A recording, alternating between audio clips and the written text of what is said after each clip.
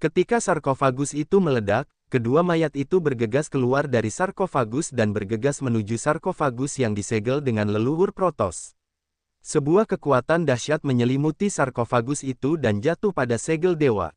Kalian berdua orang tua, kalian sudah mati selama bertahun-tahun dan masih menolak untuk menyerah. Terdengar suara gemuruh dari sarkofagus yang disegel dengan leluhur Protoss. Seluruh aula bergetar hebat. Bang, es itu benar-benar terbuka, dan sarkofagus itu terbuka. Ada napas yang kuat di dalamnya.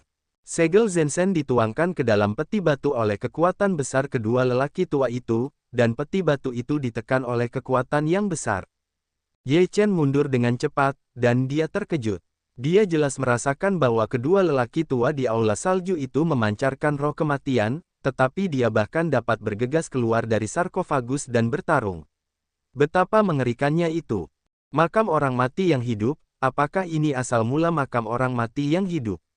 Ye Chen tiba-tiba teringat sesuatu, matanya berkaca-kaca, apakah makam mayat hidup ini memiliki efek seperti itu? Kedua lelaki tua itu telah meninggal selama bertahun-tahun.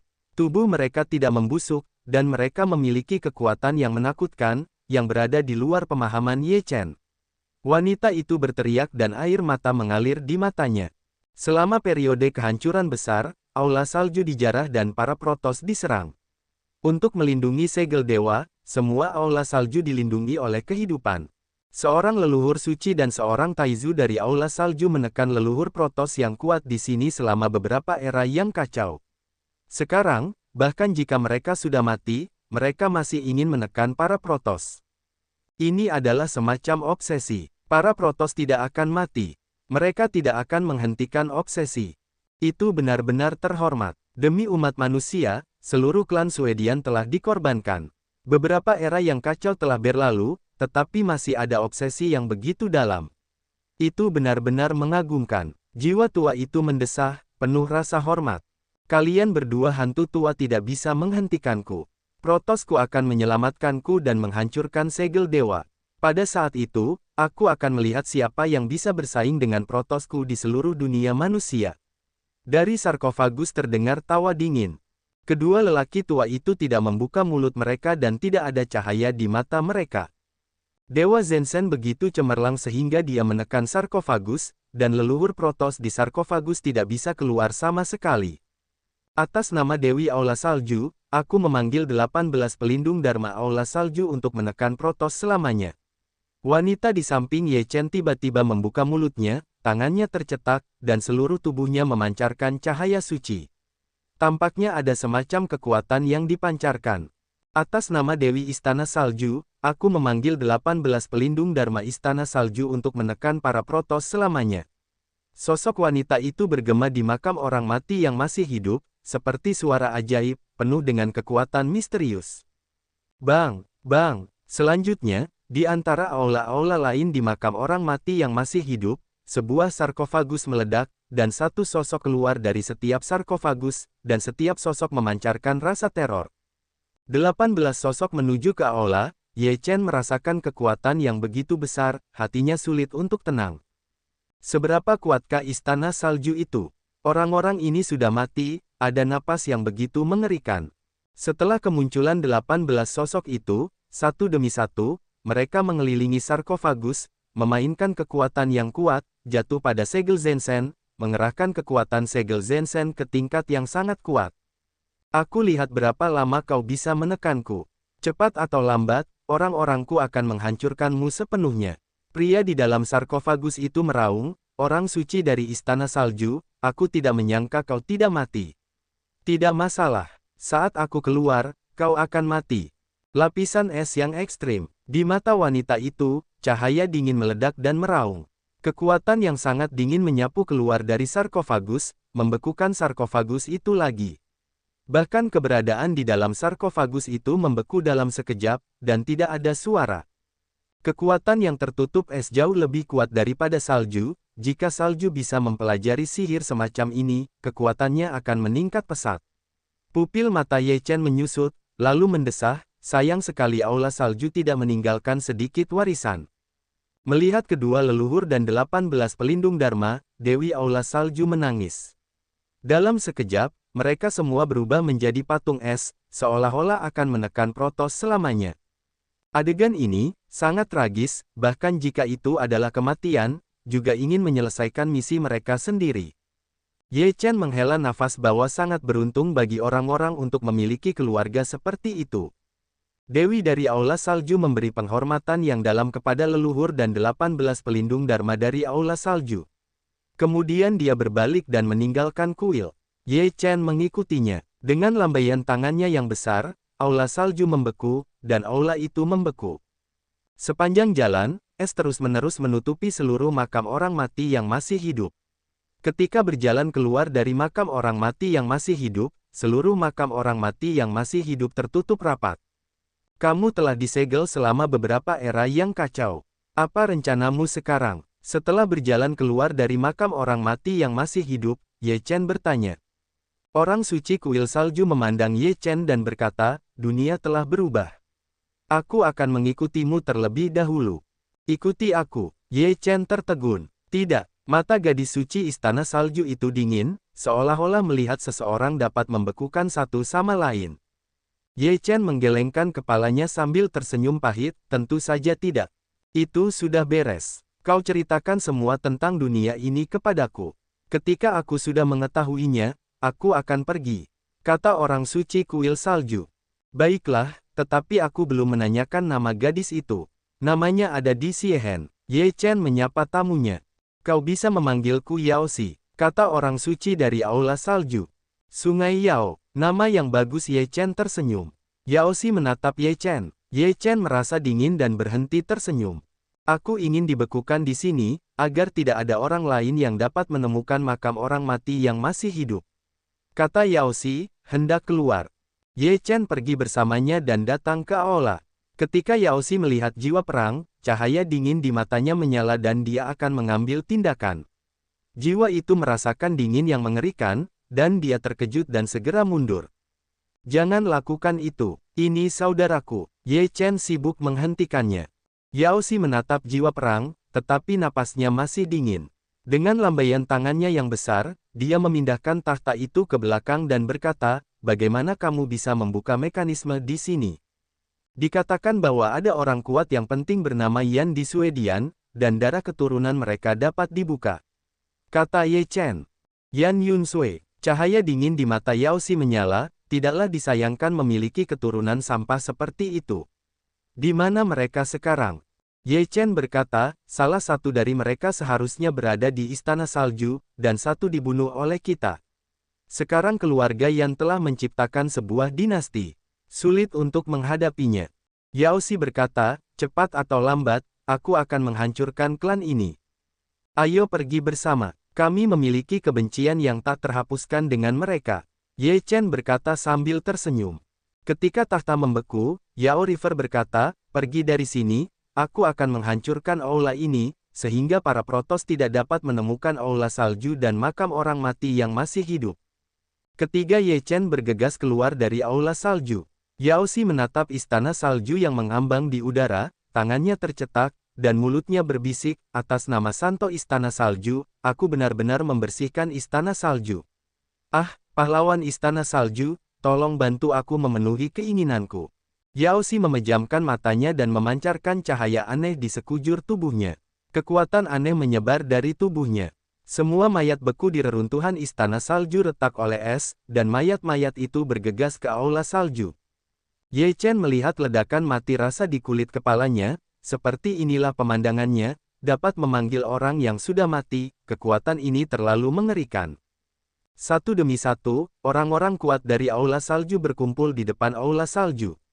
Yao Xi melihat orang-orang ini dan sangat mengenal mereka, mereka semua adalah orang tua dan telah mengajarinya. Sekarang, hanya dia yang tersisa di aula salju. Guru, kuburlah bersama aula salju selamanya. Dengan aula salju, salju langsung mengalir ke gua. Ledakan, bumi bergetar. Pada saat ini, seluruh istana salju mulai tenggelam ke dalam Kaisar Agung. Pada saat ini, Dong Fang Bai dan Feng Tianjiao bergegas keluar dari istana salju, dan mereka sangat ketakutan. Selain itu, beberapa orang Shenzhou juga bergegas keluar, menunjukkan ekspresi ngeri. Sungai Yao melihat seorang Protoss masuk, niat membunuh melonjak, langsung membunuh. Para protos terkejut dan merasakan niat membunuh yang dingin. Mereka semua lari dengan cepat. Yaoshi memberikan minuman dingin, dan kekuatan dingin menyapu keluar. Orang-orang protos membeku di udara. Ledakan, es meledak dan tubuh para protos hancur. Beberapa protos semuanya musnah dalam sekejap, yang membuat Dong Fang Bai dan Feng Tianjiao merasakan sensasi. Secara khusus, bau sungai Yao tadi terlalu kuat. Bahkan jika mereka sedang membangun lantai 9 fondasi, mereka semua merasa terlalu kecil. Apakah dia ramuan emas? Feng Tianjiao ketakutan. Dong Fang Bai menatap Yaoshi, kecantikan Yaoshi nyaris tanpa celah. Terlalu mengerikan bagi kecantikan yang tiada taraf untuk memiliki napas sedingin itu. Tatapan Yaoshi jatuh pada Dong Fang Bai dan Feng Tianjiao, yang juga memancarkan niat membunuh. Feng Tianjiao dan Dong Fang Bai ketakutan. Mereka tidak merasa terbelakang dan merasa tidak enak, jadi mereka pergi dengan cepat. Yaoshi ingin menyusulnya, tetapi dia ditangkap oleh Ye Chen dan berkata, mereka tidak tahu apa-apa tentang itu. Yaoshi menatap Ye Chen, dan kemudian dia mendapatkan kembali napasnya. Dia menyaksikan aula salju tenggelam ke dalam tanah, membeku sepenuhnya, dan tubuh yang kuat terkubur bersama aula salju. Lapisan es menutupinya, dan akhirnya membeku sepenuhnya. Ketika bola salju muncul, Yaoshi melambaikan tangannya dan mengulurkan tangannya. Ini adalah kenang-kenangan dari aula saljuku, bernama Snowbed. Aku tidak menyangka bahwa itu akhirnya jatuh ke tangan protos. Ledakan. Tiba-tiba, seluruh reruntuhan berguncang hebat, ruang di atas reruntuhan runtuh, dan salju putih berjatuhan. Kecepatannya sangat cepat, seperti longsoran salju. Kita harus menguburnya di sini secara menyeluruh. Ini akan runtuh. Keluar dari sini. Ye Chen terkejut dan berkata dengan tergesa-gesa. Yaoshi mengamati seluruh tempat itu dengan saksama. Dulu tempat itu adalah kampung halamannya untuk berkultivasi, tetapi sekarang masih enggan untuk menguburnya sepenuhnya. Ye Chen menarik sungai Yao keluar, dan kemudian retakan longsoran salju meledak dari situs Swedian. Ledakan. Pada saat ini, Ye Chen dapat melihat di udara bahwa seluruh bumi tenggelam dengan kecepatan yang sangat besar, dan gunung salju itu juga runtuh dan tenggelam. Pergerakan ini terlalu besar, seluruh area salju berguncang, kota salju itu terkejut, banyak orang bergegas ke area salju, melihat area salju itu tenggelam, mereka terkejut. Saljunya tenggelam. Apa yang terjadi? Seorang biksu baru saja ingin pergi ke area salju untuk mencari Ganoderma lucidum api milenium, tetapi dia melihat pemandangan seperti itu. Runtuhnya ladang salju, banyak orang di kota salju khawatir, semua merasa terkejut, ini tidak pernah terjadi. Terkubur sepenuhnya, Yaoshi menghela nafas, matanya penuh dengan perubahan. Mengapa ini bukan awal yang baru? Ye Chen menatap sungai Yao dan berkata sambil tersenyum. Yaoshi menatap Ye Chen dan aula salju yang terkubur dan berkata, ini benar-benar awal yang baru. Bagaimana reruntuhan istana salju bisa runtuh? Yandan tidak jauh dari sana memandangi longsoran salju. Dia telah meninggalkan istana salju sejak lama, mencari harta karun dari tempat lain. Dia juga melihat aula salju itu tenggelam ke dalam tanah. Sekarang, penguburan lengkap situs istana salju masih mengejutkannya. Yandan menatap Ye Chen. Ada seorang wanita cantik di samping Ye Chen yang ingin didapatkan oleh pria manapun, dan dia tidak melihat sosok naga ungu Baili. Yandan percaya bahwa naga ungu Baili pasti sudah mati. Yandan memiliki firasat buruk bahwa akan sangat sulit untuk tinggal di sini. Dia akan segera pergi jauh. Ye Chen melihat Yandan pergi dengan cepat, tetapi dia tidak mengejarnya. Selama Yandan ikut serta dalam Dongyu Dabi, dia pasti akan melihatmu lagi. Belum terlambat untuk membunuhnya. Ada begitu banyak kebisingan di sini. Ayo keluar dari sini dulu. Seluruh wilayah bersalju itu sunyi, semua debu mengendap. Ye Chen melihat sekeliling dan berkata, semakin banyak orang di sekitar, yang pasti akan menarik perhatian sebagian orang. Lebih baik pergi lebih awal. Yaoshi mengangguk dan ketiganya menuju ke kota bersalju. Wanita yang cantik sekali. Ketika seseorang melihat penampilan Yaoshi, mereka semua tercengang. Ada wanita seperti itu di dunia ini. Murid yang mana ini? Penampilan Yaoshi telah menarik perhatian banyak pria dalam sekejap. Kedua mata menatap Yaoshi, berharap untuk melihat Yaoshi secara menyeluruh. Wajah Yaoxi tenggelam dan matanya dingin dan dingin. Ketika dia menyapu kerumunan, banyak orang gemetar. Dia merasakan jiwanya gemetar, dan dia tidak berani melihat lagi. Menurutku, sebaiknya kau pakai cadar dan tutupi wajahmu. Kalau tidak, tidak akan ada tempat yang tenang. Ye Chen melihat situasi seperti ini, tidak bisa menahan senyum pahit. Yaoxi mengerutkan kening terlebih dahulu, lalu mengernyitkan alisnya. Ye Chen memberinya cadar. Yaoxi ragu sejenak, dan akhirnya menutupi wajahnya. Namun, tidak peduli seberapa terlindungi, tetap saja tidak mungkin untuk menutupi temperamen Yaoxi. Ye Chen menggelengkan kepalanya dan tersenyum pahit. Jika dia selalu mengikuti makhluk seperti itu, dia akan menjadi pusat perhatian kemanapun dia pergi. Ini bukan hal yang baik. Tepat ketika Ye Chen dan yang lainnya hendak masuk dan keluar dari padang salju, langit tiba-tiba berubah warna dan ditutupi oleh awan hitam. Tepatnya, itu seharusnya aliran ki jahat. Wajah Ye Chen berubah, iblis. Yaoxi menatap ke langit, alisnya sedikit berkerut, dan seluruh tubuhnya mengeluarkan napas dingin. Ada apa? Bagaimana cuaca berubah? Beberapa biksu yang tidak tahu situasinya melihat ke langit dan berpikir bahwa langit ditutupi oleh awan gelap. Apakah iblis datang untuk istana salju? Ye Chen mengerutkan kening, selama ada situs kuno, akan ada orang-orang dari 3 alam lainnya. Jalan Sungai Yao, mengapa? Karena daftar dewa. Ye Chen tidak menyembunyikannya. Cepat atau lambat, dia akan mengetahuinya.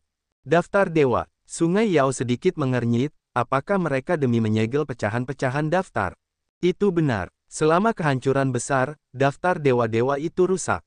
1 dibagi menjadi 6. Setan, hantu, dan setan percaya bahwa pecahan-pecahan daftar dewa mungkin telah jatuh di medan perang tertentu. Oleh karena itu, mereka akan mencari setiap medan perang kuno. Kata Ye Chen. Sungai Yao acuh tak acuh, berkata, berani ke istana salju, aku akan membiarkan mereka semua tidak kembali. Di langit, pintu ruang angkasa muncul, dan ki sihir bergulir. Suara tawa aneh itu berasal dari pintu angkasa. Roh jahat itu menutupi seluruh padang salju, dan padang salju itu menjadi gelap. Orang-orang yang rendah hati, kalian semua akan menjadi santapan darah kami di masa depan. Sebuah suara kejam terdengar, yang terdengar sangat ganas. Iblis, itu iblis. Lari, terdengar teriakan, dan dia langsung lari. Orang-orang lainnya yang mendengarnya juga ketakutan, keringat dingin mengalir deras, kaki mereka berlumuran minyak, mereka ingin sekali pergi ke kota salju. Kalian tidak bisa melarikan diri. Di pintu angkasa, muncul serangkaian sosok, ganas dan tak tertandingi, dan bergegas menuju para biksu teran. Roh jahat itu berguling-guling, di salju seperti sepotong tinta, terdengar teriakan, beberapa biksu dibunuh oleh iblis, menjadi santapan darah. Aliran roh jahat datang ke Ye Chen dan menyeringai. Ye Chen mendengus dingin, apakah kalian para iblis datang untuk mengirimiku ramuan darah lagi hari ini? Mencari kematian, terdengar raungan kemarahan dari ki jahat, dan aliran roh jahat menyerbu Ye Chen. Ye Chen dipenuhi dengan cahaya suci, dan ki jahat dengan cepat dimurnikan. Kau, ada suara panik dalam roh jahat itu. Itu aku. Ye Chen mencibir, cahaya suci menyerbu keluar, melenyapkan para iblis, dan semua ki jahat dimurnikan dan dimurnikan menjadi ramuan darah. Jika kalian para iblis ingin menyentuh aula salju, kalian terkutuk. Bahkan tidak ingin kembali hidup-hidup. Minuman dingin Sungai Yao, seluruh napas tubuh sangat dingin, bahkan udara pun bisa membeku. Ki iblis menyerbu ke arah Sungai Yao dan langsung membeku. Wajah para iblis dalam ki jahat berubah drastis. Mereka tidak dapat melarikan diri. Mereka langsung disegel dan tubuh mereka menghilang. Yaoxi tahu bahwa iblis berada di luar reinkarnasi dan tidak dapat dibunuh. Hanya melalui pemurnian menyeluruh mereka dapat dibunuh. Oleh karena itu, lapisan esnya juga memiliki kekuatan pemurnian. Dunia beku. Yaoxi meraung, napas dingin keluar dengan gila, dan beberapa orang iblis disegel. Mereka menatap Yaoxi dengan ngeri. Alam Jindan. Seorang iblis membangun pangkalan di atas lantai 9. Dia merasakan napas Sungai Yao. Wajahnya berubah drastis dan dia ingin segera melarikan diri. Karena kamu di sini, jangan pergi. Ye Chen mengejar, seluruh tubuh cahaya suci bergegas keluar, langsung diselimuti. Desis. 9 orang di tanah iblis lebih sulit dilihat, keluargaku telah berada di atasmu, kamu harus mati ah. Di bawah cahaya suci, iblis menjerit dan langsung dimurnikan. Kamu tidak akan hidup sampai aku mati. Ye Chen tampak dingin dan bergegas langsung ke pintu ruang angkasa. Dia ingin menutup pintu dan memukul anjing itu lagi. Mereka yang memiliki cahaya telah menatapmu untuk waktu yang lama. Hari ini kau akan mati. Pada saat ini, sebuah napas mengerikan keluar dari pintu ruang angkasa. Suaranya memekakkan telinga dan Ye Chen terkejut. Alam Jindan. Ye Chen ketakutan dan segera mundur. Dia tidak bisa menghadapi keadaan ramuan emas semudah dia menghadapi keadaan fondasi bangunan. Sudah terlambat untuk pensiun sekarang. Sepasang tangan besar menyembul keluar dari pintu ruang angkasa dan langsung menepuk Ye Chen. Bunuh! Ye Chen meraung, cahaya terbelah, dan berdiri di atas tangan besar itu. Desis! Ah!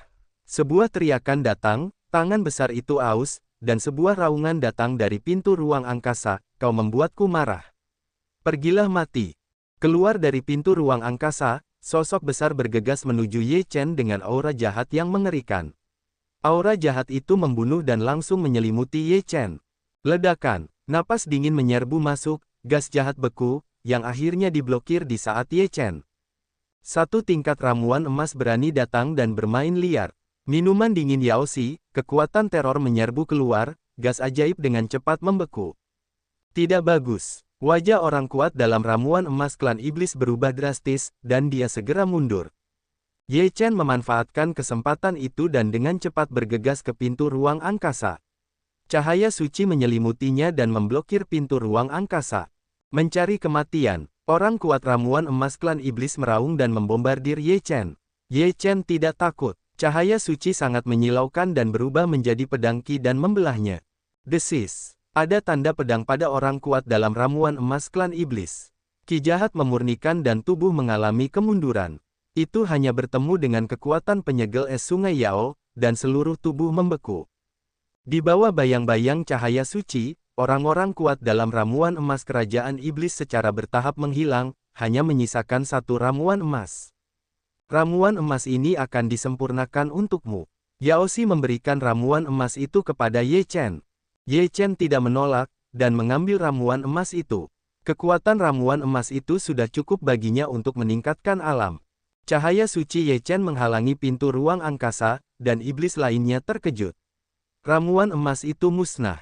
Bagaimana mereka bisa menolaknya? Lapisan es yang ekstrim. Yaoxi minum banyak, dan napas dinginnya seperti angin puyuh. Separuh langit tampak membeku. Ye Chen melihat pemandangan ini, apakah itu terlalu kuat? Tanpa diduga, semua orang membeku, layak untuk alam ramuan emas, yang sangat kuat.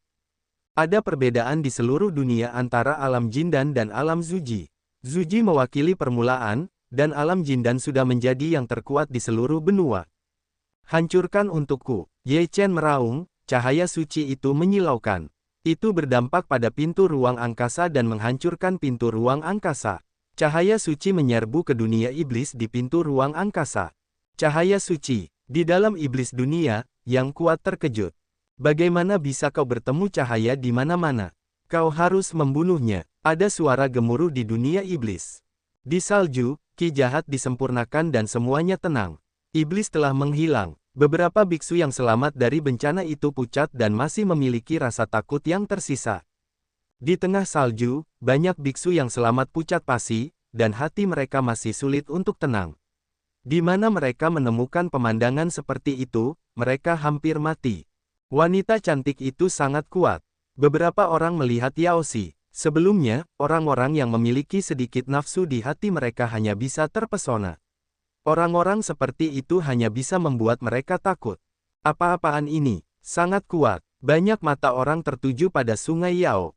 Ye Chen melihat ini dan berkata, sebaiknya kita pergi secepatnya.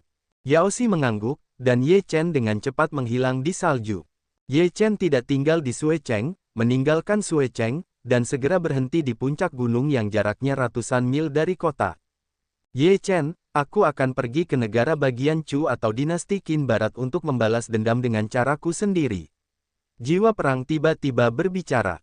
Ye Chen tidak terkejut. Karakter roh perang memang seperti itu. Dia tahu kematiannya. Dia tidak menghentikannya. Dia mengeluarkan kristal darah dan berkata, "Ini untukmu. Selain itu, aku punya cairan spiritual di sini. Kamu bisa mengambilnya dan meningkatkan kekuatanmu." Jiwa perang itu penuh rasa terima kasih dan tidak menolak.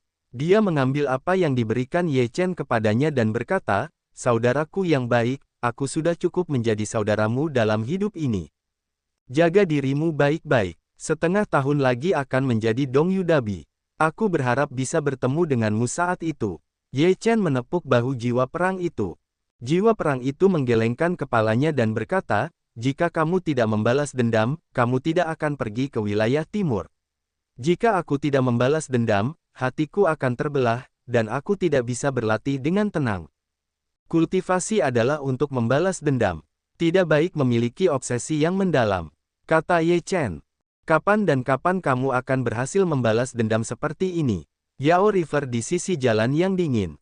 Jiwa perang berkata, "Mungkin bagimu, dengan kekuatan yang kuat, kau dapat langsung melenyapkan semua musuh, tetapi bagiku, bukan hanya untuk membalas dendam, tetapi juga untuk memenangkan kembali harga diriku." Yao Xi menatap tatapan tegas jiwa perang dan berhenti bicara. Setiap orang memiliki keteguhan hati dan harga dirinya. Harga diri ini harus dimenangkan kembali dengan cara tertentu, jika tidak, ikatan itu masih sulit dilepaskan. "Aku menunggumu di Dongyu Dabi. Aku harap kau bisa datang." Ye Chen masih berharap jiwa perang dapat berpartisipasi dalam kontes. Bagaimanapun, ini adalah kesempatan yang tidak boleh dilewatkan. Jiwa itu mengangguk dan berkata, "Hati-hati." Setelah itu, jiwa perang langsung pergi. Obsesinya terlalu dalam dan kebenciannya terlalu besar, yang tidak baik untuk latihan. Yao River menatap jalan dengan tenang. Ye Chen menghela nafas, "Setiap orang punya jalannya sendiri. Kamu tidak bisa ikut, kan?"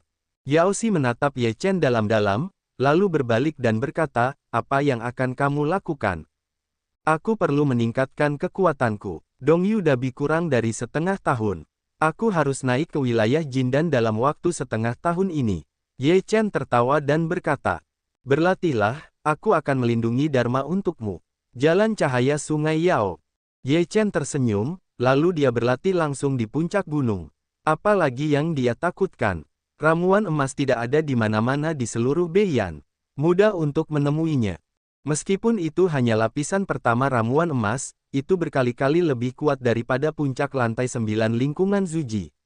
Benar-benar mustahil untuk membandingkan keduanya. Ye Chen berkata pada dirinya sendiri bahwa dia merasakan kekuatan alam ramuan emas, yang sangat dirindukannya.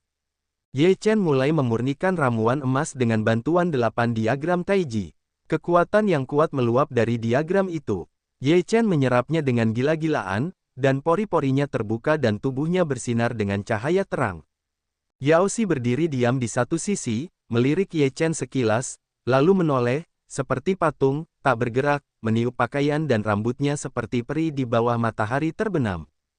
Ye Chen menjalankan kitab suci kuno roh dan menyerap kekuatan agung dari ramuan emas. Ramuan emas, Ye Chen memurnikan selama 7 hari, menyerap 7 hari. Setengah bulan kemudian, napas Ye Chen terus membaik, dan telah menembus tahap awal lantai 9 lingkungan Zuji. Namun, Ye Chen tidak puas. Dia harus mencapai puncak lingkungan fondasi bangunan, sehingga dia bisa benar-benar tak terkalahkan. Yao Xi memandang Ye Chen dari waktu ke waktu, tetapi dia merasa bahwa napas Ye Chen begitu kuat sehingga jauh melampaui orang biasa. Setidaknya, ketika dia berada di alam Ye Chen, dia belum mencapai kekuatan seperti itu. Kekuatan ramuan emas disempurnakan secara menyeluruh. Ye Chen mulai menyerap cairan roh. Sebagian besar kristal roh yang diperoleh di Istana Salju adalah kristal kuning dengan kualitas tinggi. Mereka disempurnakan menjadi cairan roh oleh kantong surga dan bumi dewa dan langsung diserap oleh Ye Chen. 7 hari kemudian, Ye Chen telah gila untuk menyerap cairan roh. Dalam 7 hari ini, ia telah menyerap hampir setengah dari ember cairan roh. Bagi banyak orang, itu adalah angka astronomi. Bahkan di antara 4 kerajaan di wilayah timur, klan leluhur tidak dapat dibandingkan dengan Ye Chen. Semuanya adalah cairan roh Huang Jing. Terlepas dari kuantitas, kualitas, mereka tidak dapat ditemukan di antara mereka. Selama 7 hari, napas Ye Chen terus menanjak, dan telah mencapai puncak lantai 9 lingkungan Zuji. Bagaimana ramuan emas dapat meningkatkan begitu banyak kekuatan? Yao Xi berpikir itu luar biasa, tetapi dia tidak tahu Ye Chen memiliki gudang cairan spiritual yang besar. 3 hari kemudian, napas Ye Chen telah meningkat pesat dan mencapai batasnya. Satu langkah lebih maju adalah ramuan emas. Namun, persepsi Ye Chen saat ini tidak dapat dipromosikan ke alam ramuan emas dengan menyerap cairan spiritual. Bahkan jika ia dipromosikan dengan paksa, persepsinya tidak dapat mengimbanginya. Di alam ramuan emas, itu pasti yang lebih rendah. Ye Chen berhenti menjalankan buku roh kuno. Keadaan pikirannya telah meningkat dan kekuatan jiwanya telah meningkat pesat. Namun, kekuatannya masih pada kekuatan 18.000 gambar, yang belum meningkat pesat. Kekuatannya harus ditingkatkan menjadi kekuatan 20.000 gajah. Pukulan seperti itu cukup untuk menghapus 9 lapisan teratas fondasi bangunan. Ye Chen mengangguk pada dirinya sendiri dan mulai berlatih formula tubuh emas 9 putaran. Setelah menjalankan formula tubuh emas 9 putaran, Ye Chen memancarkan cahaya keemasan di sekujur tubuhnya, seperti budak emas dengan penampilan yang hikmat. Adegan ini membuat Yao Xi terkejut. Apa kultivasi ini? Yao River sedikit mengernyit, apakah ini teknik pemurnian tubuh? Ye Chen tidak tahu kapan latihan ini dilakukan. 10 hari kemudian, akumulasi masa lalu terus-menerus terjadi selama beberapa hari ini. Selama 10 hari, kekuatan Ye Chen meningkat hingga hampir 20.000 yuan. Ye Chen juga merasa sangat terkejut. Di masa lalu, butuh waktu terlalu lama untuk meningkatkan sebagian kekuatannya, tetapi dia tidak menyangka kali ini akan berjalan begitu lancar. Sepertinya penindasan sebelumnya memiliki efek tertentu. Ye Chen mengangguk sedikit, kekuatannya tidak dapat ditingkatkan, tanpa kohesi ramuan emas, tidak dapat sepenuhnya mencapai kekuatan 10.000 gajah. Ye Chen berhenti berlatih, cahaya keemasan di sekujur tubuhnya memudar, matanya terbuka, matanya sangat jernih, kekuatannya meningkat, dan dia merasa sangat nyaman. Minum atau tidak? Ye Chen menatap Yao Xi dan tiba-tiba tertarik untuk minum. Yao Xi sedikit mengernyit, dan Ye Chen berkata sambil tersenyum, anggur ini bukan anggur biasa. Kamu akan tahu dengan minum sedikit. Ye Chen mengeluarkan peri anggur terbaik, dan aroma anggur pun tercium. Alis Yao Xi terangkat dan bertanya, anggur jenis apa ini? Peri dalam anggur. Ye Chen tersenyum, mengeluarkan 2 gelas anggur, dan menuangkan 2 gelas anggur. Yao Xi juga melakukannya, mengambilnya dan menciumnya sedikit di ujung hidungnya. Aroma anggur itu memabukkan. Dia mencicipinya sedikit, dan pipinya sedikit merah, yang membuatnya tampak lebih cantik dan mengharukan, seperti peri dari 9 hari. Ye Chen hanya melihatnya lebih lama, dan tidak ada hujatan di matanya. Dia berkata, bagaimana? Anggur yang enak. Yao Xi mengangguk dan kembali dari sisa-sisanya. Saya punya banyak anggur yang enak di sini. Anda bisa mencicipi ketujuh jenis anggur itu. Ye Chen melambaikan tangannya, dan 7 pot anggur muncul, yang semuanya adalah anggur dari lantai 7 Tianxianglou. Yao Xi mencicipi satu persatu, dan setiap jenis anggur memberinya perasaan yang berbeda. Ketika dia minum bingxin, Yao Xi benar-benar mendapatkan beberapa wawasan dari anggur itu, yang membuat Ye Chen merasa dingin yang menusuk di sekujur tubuhnya. Bumi membeku, dan lapisan es biru mengembun di rambut Yao Xi, yang bahkan lebih indah. Setelah beberapa saat, semua es itu menghilang. Yao Xi membuka matanya. Matanya jernih, tetapi masih dingin. Anggur ini memiliki kekuatan seperti itu. Yao Xi kagum. Ye Chen berkata sambil tersenyum, anggur ini awalnya digunakan untuk membantu budidaya. Mungkin persepsi pembuat anggur dalam anggur akan membantu pencicip anggur. Yao Xi mengangguk sedikit dan berkata, terima kasih atas anggurnya. Anda tidak perlu bersikap sopan. Cara Anda ada hubungannya dengan bingxin. Saya akan memberikan Anda pot inti es ini. Ye Chen tersenyum. Yao Xi berkata, apa yang kamu inginkan? Ye Chen sedikit tertegun, berkata, jika kamu menganggapku sebagai teman, maka jangan katakan kata-kata seperti itu, sebagai teman, kamu akan sangat sedih. Teman. Wajah Yao Xi sedikit berubah, dan sedikit suram. Segel adalah era yang kacau dengan ratusan ribu tahun. Sekarang, teman-teman di masa lalu telah berubah menjadi tumpukan tulang mati. Sekarang, satu-satunya orang yang ku kenal adalah Ye Chen. Ketika aku mendengar kata teman, Yaoshi secara alami memiliki suasana hati yang rumit. Ratusan ribu tahun telah berlalu sejak kekecewaan besar. Pada saat itu, orang-orang telah berubah menjadi tulang mati. Tentu saja, aku adalah temanmu. Ye Chen tersenyum ramah.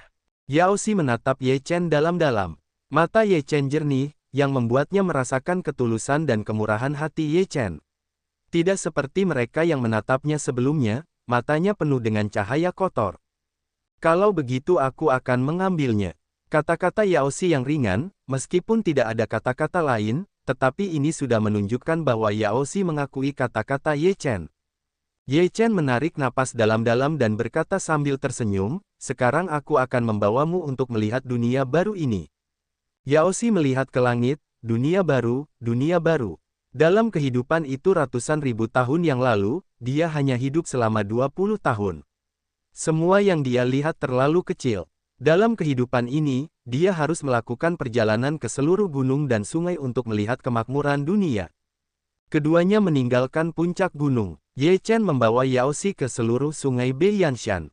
Dari utara ke timur, mereka menjelajahi seluruh gunung dan sungai untuk melihat kemakmuran dunia. Dalam sekejap, setengah bulan kemudian, Ye Chen kembali ke kota yang sepi. Setelah menjelaskan beberapa hal, dia meninggalkan Yaoshi lagi dan datang ke Yacheng. Yacheng dekat dengan perbatasan dinasti Qin Barat, yang dapat dianggap sebagai persimpangan kedua negara. Namun, tidak ada perang di sini, karena ada kota di perbatasan kedua negara, dan sering terjadi perdagangan. Jika perang dilancarkan di sini, tidak akan ada manfaat bagi ekonomi dan perdagangan kedua negara. Setelah memasuki kota, dia sudah mati. Di malam hari, matahari melewati awan, memantulkan awan yang terbakar. Kita telah menjelajahi seluruh Beiyan. Setelah kota ini, kita akan menjadi Shiqin. Ye Chen berkata dengan ringan. Yaoshi merasakan banyak hal dalam setengah bulan terakhir. Dunia saat ini tidak dapat lagi melihat bayangan kekecewaan besar. Segalanya telah berubah dan bukan lagi dunia yang dikenalnya. Dahulu kala, ada banyak sekte agama di wilayah barat dan timur. Beberapa di antaranya sangat kuat. Sekarang semuanya telah berubah menjadi debu. Yao River mendesah pelan. Ye Chen berkata sambil tersenyum, masa lalu, biarlah masa lalu, sekarang adalah awal yang baru. Yaoshi terdiam. Tidak mungkin bagi Yaoshi untuk melupakan kenangan masa lalu. Dia begitu terkesan. Sekarang dia harus memulai dari awal dan menyembunyikan semuanya di dalam hatinya. Buta terhadap mata anjingmu, tahukah kau berapa harga harta yang kubeli ini? Di jalan, tiba-tiba terdengar suara makian. Banyak orang telah melihat ke masa lalu. Beberapa orang berkumpul di sekitarnya.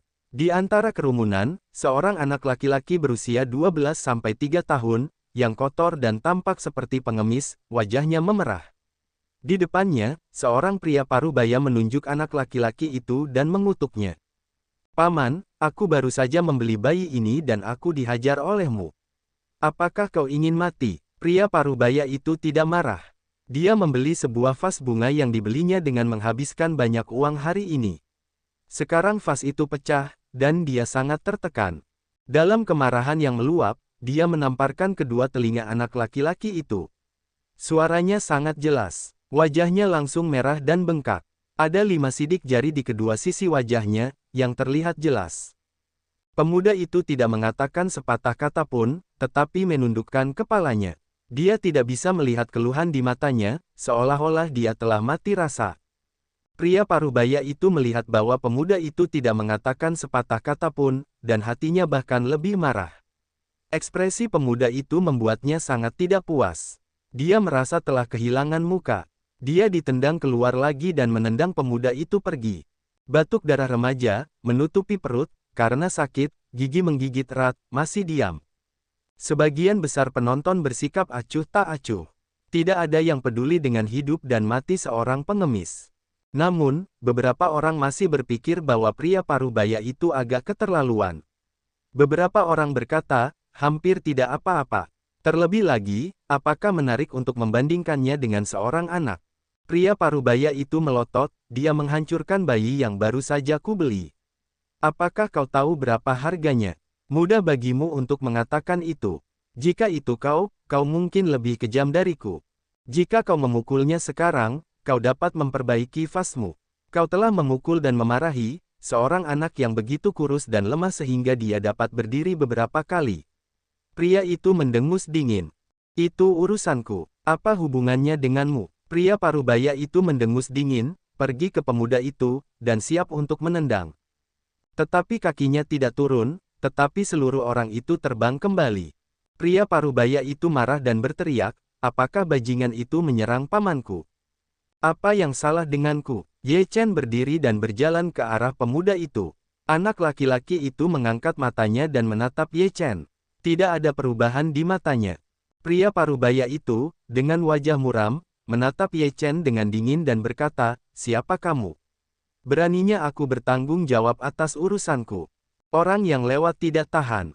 Ye Chen berkata dengan dingin, apakah kamu merasa sangat terhormat karena menindas seorang anak? Jika dia merusak barang-barangku, aku akan menghukumnya. Apakah itu salah? Pria parubaya itu tegak dan bersemangat. Ye Chen melihat pecahan vas yang pecah di tanah dan berkata, berapa harga vasmu? 1000 tael perak. Pria parubaya itu bersenandung, apakah kamu ingin membayarnya? Jika dia merusak barang-barangmu, dia akan membayarmu.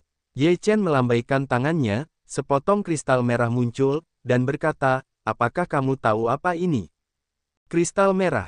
Pria parubaya itu juga dapat dianggap sebagai praktisi Qi. Secara alami, dia memiliki wawasan dan matanya cerah. Di mataku, perak sama sekali tidak bernilai uang. Sepotong kristal merah bernilai 1000 tael perak. Ye Chen melemparkan kristal merah itu kepada pria parubaya itu. Pria parubaya itu sibuk menangkapnya, menganggukkan kepalanya dan berkata, aku tidak akan pernah memaafkannya jika aku bertemu anak itu lagi lain kali. Sudah berakhir untukmu, bukan untuknya. Ye Chen berkata dengan dingin, semuanya punya aturan. Jika dia menghancurkan barang-barangmu, dia akan kehilangan uang. Tapi sekarang uangnya hilang, berapa kali kau memukulinya? Wajah pria parubaya itu berubah dan dia sedikit bingung. Ye Chen berkata, karena kerusakannya dibayar sesuai dengan harganya, bagaimana kalau kamu memukul seseorang? Apakah kamu ingin menelepon kembali? Apakah ini benar-benar terjadi? Ya, sekarang orang-orang sudah menemanimu dengan uang, kamu juga harus membayar kembali beberapa pukulan yang baru saja kamu lakukan pada anak itu. Pria yang baru saja berbicara untuk anak laki-laki itu berkata sekaligus. Ya, itu masuk akal. Ada aturan dalam segala hal, 1 lawan 1. Banyak orang berbicara dan mengangguk. Wajah pria parubaya itu berubah drastis, menggertakkan giginya dan berkata, hal yang kejam, pukul saja, bagaimana kita bisa melakukannya? Siapa yang akan hidup dan mati dalam kehidupan pengemis? Pengemis bukan manusia, bukankah kehidupan pengemis adalah kehidupan? Ye Chen bersenandung dingin, kamu galak, jadi dia jahat. Bagaimana dengan sekarang? Kata Ye Chen, sebuah tendangan keluar, tendangan pria parubaya itu terbang beberapa kaki jauhnya, langsung memuntahkan seteguk darah. Apakah kamu jahat sekarang? Aku memukulmu. Apa yang bisa kamu lakukan? Siapa yang peduli dengan kehidupan seorang pria rendahan? Ye Chen berjalan ke pria parubaya di depannya dan menatapnya dengan dingin. Wajah pria parubaya itu sangat jelek dan bahkan lebih ketakutan. Dia tidak tahan menerima pukulan di depan Ye Chen.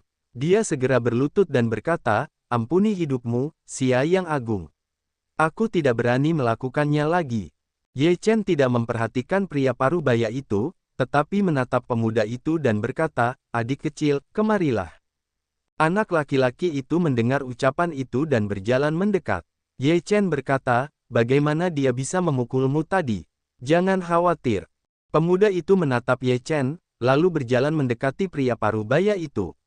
Wajah pria parubaya itu berubah. Tuan muda itu melambaikan tangannya dan menamparkan wajahnya. Tamparan di wajah ini juga sangat jelas, semua orang mendengarnya, tetapi juga menatap remaja itu dengan sedikit terkejut. Tanpa diduga, remaja itu benar-benar memukul. Mata muda itu dengan sentuhan warna yang kejam, tetapi juga tamparan di masa lalu, suaranya yang tajam lagi. Kekuatan pemuda itu tidak cukup besar, hanya membuat wajah pria parubaya itu memerah. Setelah anak laki-laki itu menamparkan dua telinganya, dia ditendang keluar lagi. Pria parubaya itu jatuh ke belakang, dan wajahnya sulit dilihat. Ketika anak laki-laki itu selesai, dia berhenti dan berhenti. Ye Chen menatap pemuda itu, dan juga sedikit terkejut. Kemudian dia menatap pria parubaya itu dan berkata, "Keluar dari sini." Meskipun pria parubaya itu dalam hati, tetapi di hadapan Ye Chen, dia hanya bisa menelan amarahnya dan melarikan diri dengan ekornya. "Siapa namamu?" Ye Chen menatap pemuda itu dan bertanya. "Namaku Chang Jian," katanya. Ye Chen tertegun, "Siapa yang memberimu nama itu?" Ye Chen terkejut menemukan seorang pengemis dengan nama seperti itu. Pemuda itu mengeluarkan liontin kecil yang disembunyikan di dadanya dan berkata, "Itu dua karakter yang terukir di atasnya." Orang tua itu mengatakan bahwa dua kata ini dibaca Chang Jian, jadi aku memanggil Chang Jian. Ye Chen melihat liontin itu, dan memang ada kata Chang Jian di atasnya. Chang Jian berkata, "Aku seorang yatim piatu.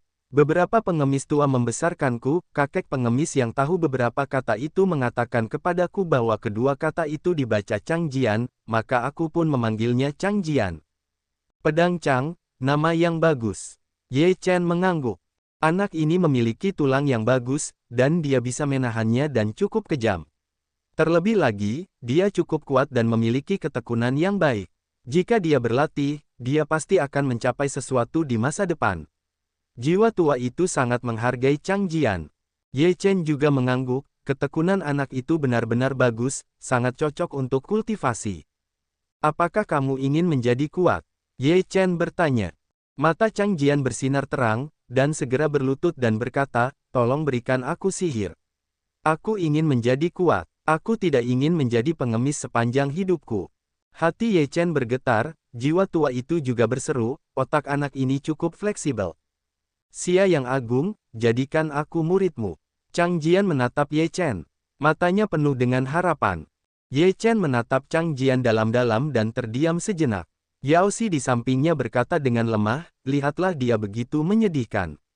Beri dia kesempatan. Apakah dia dapat mengubah nasibnya tergantung pada sifatnya sendiri." Ye Chen mengangguk dan berkata dalam hatinya, "Guru, saya telah menambahkan darah ke Sekte Lianti. Baiklah, saya dapat mewariskan kultivasi Anda, tetapi Anda harus berjanji kepada saya beberapa syarat." Ye Chen berkata dengan sungguh-sungguh. Melihat ke arah saya mengangguk dengan tulus.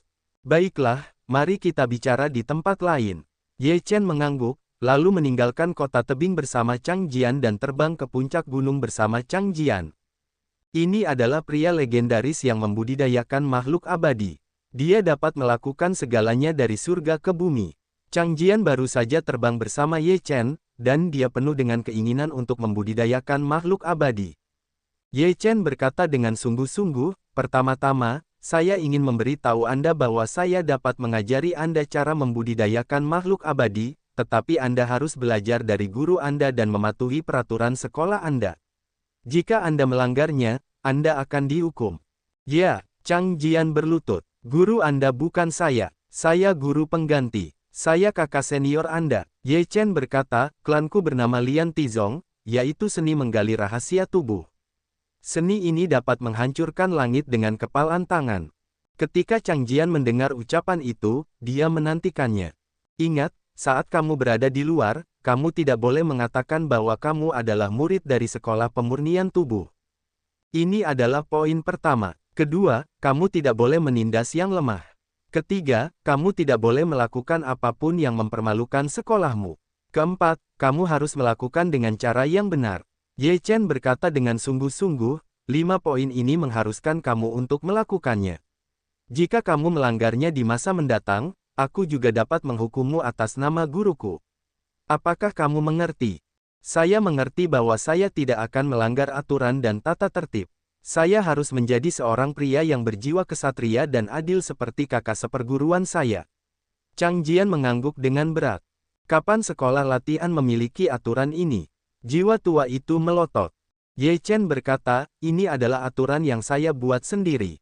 Terkadang, tidak peduli seberapa bagus pedang, itu bisa baik dan buruk. Jika baik bagi dunia untuk belajar dengan baik, jika buruk, itu akan menjadi bencana bagi dunia. Selain itu akan menjadi dosa bagi saya. Bakat juga merupakan pedang bermata dua. Tidak apa-apa untuk bersikap sopan dan menegakkan keadilan setelah berkultivasi. Jika dikaitkan dengan roh jahat, itu adalah kutukan. Jiwa tua itu mengangguk, Ye Chen tidak mengatakan apa-apa. Pedang Chang memang berbakat dan memiliki ketekunan, tetapi juga cukup kuat. Jika salah, itu dapat dengan mudah menjadi bencana.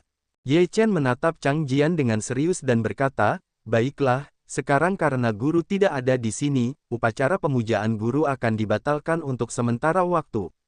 Pertama-tama aku akan mengajarkan beberapa metode Tao dari sektemu.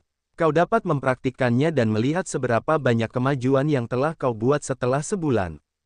Chang Jian begitu gembira di dalam hatinya sehingga ia cepat-cepat menganggukkan kepalanya dan berkata, "Terima kasih banyak, kakak seperguruan." Ye Chen mengajarkan Chang Jian bagian pertama dari Jiushuan Jin Senjue, dan kemudian memberikan volume Lian Qi yang telah dilelang sebelumnya kepada Chang Jian. Ketika Chang Jian pertama kali memasuki jalur kultivasi makhluk abadi, Ye Chen menjelaskan banyak kitab suci kepadanya, yang membuat Chang Jian cepat mengerti dan memberinya beberapa kultivasi cairan roh. Sekitar 3 hari kemudian, Chang Jian telah menguasai beberapa metode kultivasi dan mulai berlatih sendiri. Bakat Chang Jian memang tidak buruk. Dalam 3 hari, aku telah menguasai latihan volume Qi, dan aku juga telah memahami makna mendalam dari formula tubuh emas 9 putaran.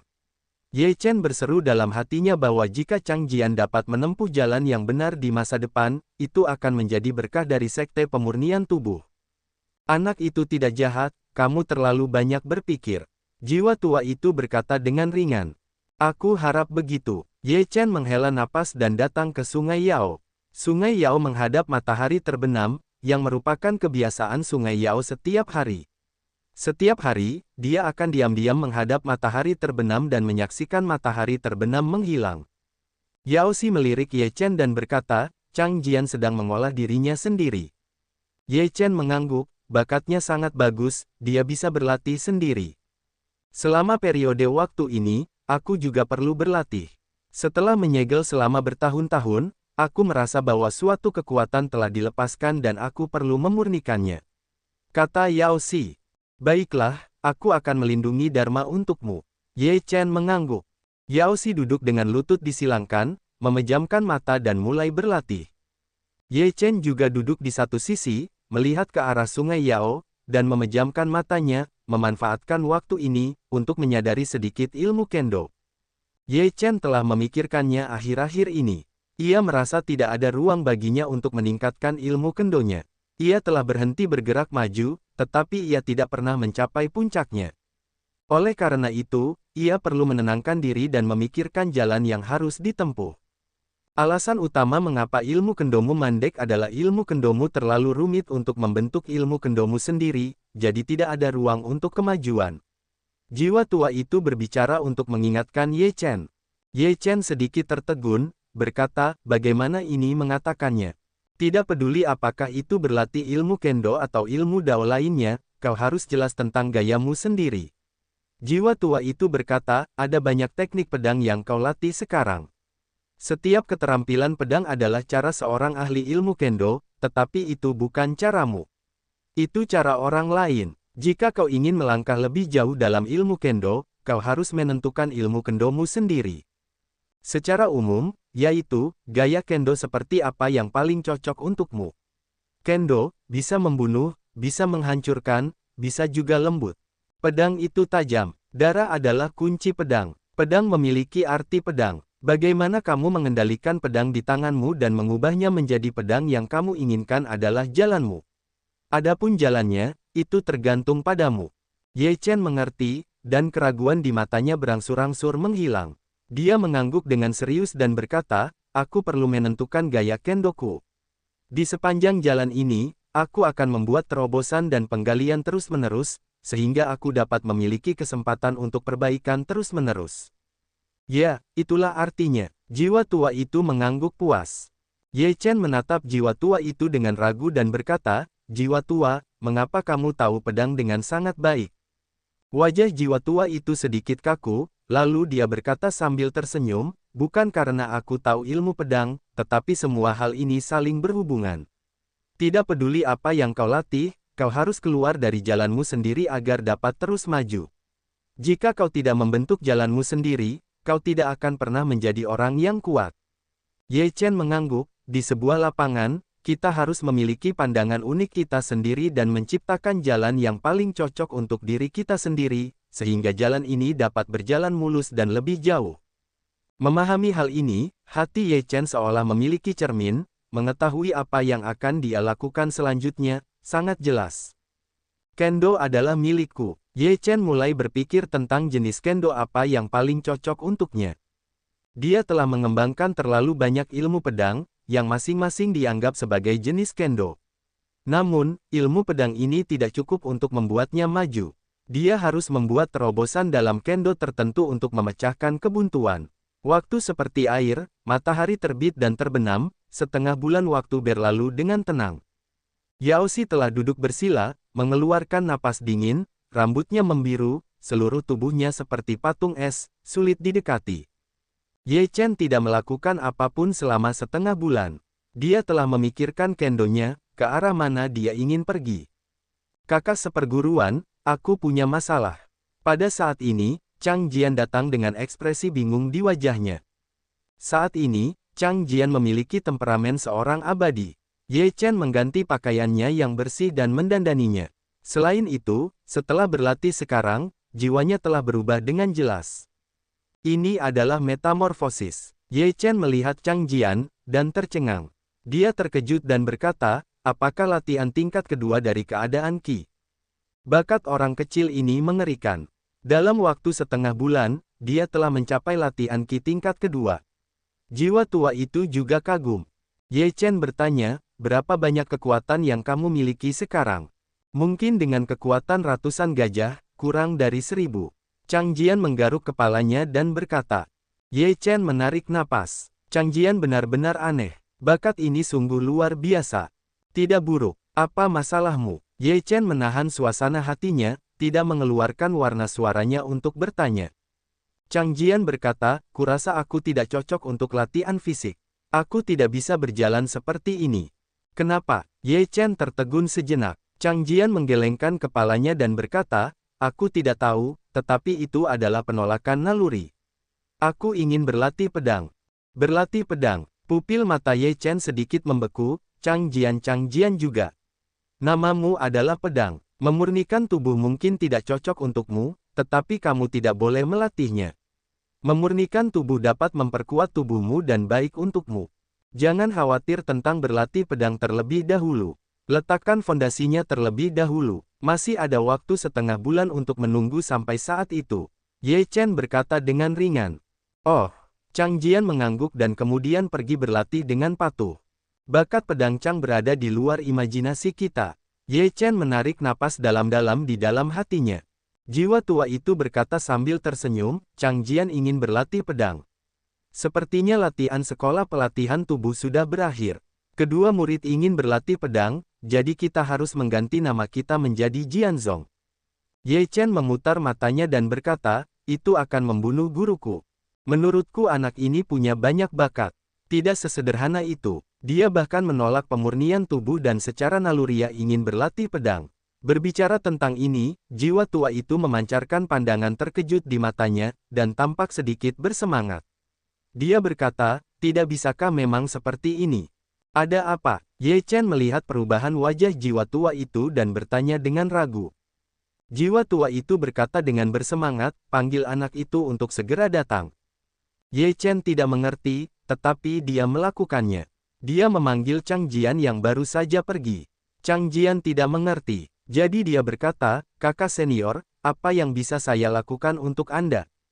Pegang tangannya, kata jiwa tua itu. Ye Chen menurut dan meraih tangan Chang Jian. Chang Jian tertegun sejenak dan tidak melawan. Kekuatan jiwa tua memasuki tubuh Chang Jian bersama dengan tubuh Ye Chen dan melakukan beberapa penjelajahan. Wajah jiwa tua itu menjadi lebih bersemangat. Dia menarik napas. Cahaya di matanya berbinar, dan Ye Chen bingung. Tulang pedang bawaan, sebenarnya adalah tulang pedang bawaan. Suara jiwa tua itu bergetar. Ye Chen mengerutkan kening, tulang pedang bawaan. Ini adalah konstitusi terbaik untuk berlatih kendo. Saya benar-benar menemukan harta karun. Tidak heran dia menolak latihan itu. Jiwa tua itu masih bersemangat dan sulit untuk tenang. Tidak ada satu pun tulang pedang bawaan, yang sangat langka. Konstitusi semacam ini adalah Raja Kendo. Semua orang yang terlahir dengan tulang pedang kuat dalam Kendo. Kendo telah mencapai puncaknya. Ye Chen terkejut. Meskipun dia tidak tahu apa itu tulang pedang bawaan, dia tahu bahwa tulang pedang bawaan sangat kuat setelah mendengarkan jiwa tua itu. Kamu bisa mengajarinya seni pedang sekarang. Dia terlahir dengan tulang pedang. Bahkan jika dia berlatih tingkat kedua dari keadaan Qi, dia dapat dengan cepat menjadi seorang praktisi pedang. Jiwa tua itu tampaknya tidak sabar. Ye Chen berkata, karena itu adalah tulang pedang bawaan, belum terlambat untuk mewariskan teknik pedangnya setelah setengah bulan. Jiwa tua itu perlahan-lahan menjadi tenang dan berkata, baiklah, kalau begitu tunggu sedikit lebih lama. Aku tidak menyangka akan melihat tulang pedang sekarang. Tidak apa-apa, pergi dan berlatihlah. Ye Chen menghadap ke Chang Kendo. Oh, Chang Jian merasa bingung dan pergi. Ye Chen penasaran, mengapa Hun Lao tahu begitu banyak tentang Kendo. Jiwa mengolah jiwa, dan kekuatan jiwa adalah jalannya. Ye Chen tidak melihat bahwa Hun Lao menggunakan Kendo. Semakin dia memikirkannya, semakin aneh perasaannya. Namun, Ye Chen tidak bertanya. Dalam sekejap waktu, setelah 7 hari, Yao Xi tiba-tiba mengeluarkan napas dingin, dan puncak gunung ditutupi dengan lapisan es, yang sangat mengerikan. Rambut indah Yao Xi ditutupi dengan lapisan cahaya biru, dan udara dingin seperti jarum tak terlihat, yang dapat menembus tulang dan membuat orang merasakan dingin yang menusuk. Ye Chen menarik pedang Chang dan bersembunyi jauh.